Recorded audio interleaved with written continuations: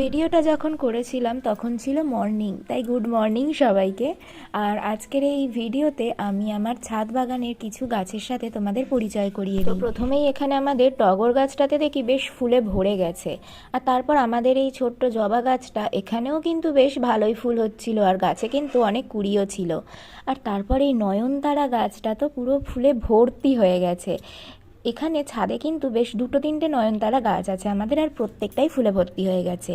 আর এই যে লঙ্কা গাছটা, এটা বাবা নার্সারি থেকে এনেছিল কিছুদিন আগে। গাছটায় লঙ্কা পুরো ভর্তি হয়ে গেছিল, আর লঙ্কাগুলো খুব বুড়ো হয়ে গেছিল, কারণ লঙ্কাগুলো অনেকদিন তোলা হয়নি।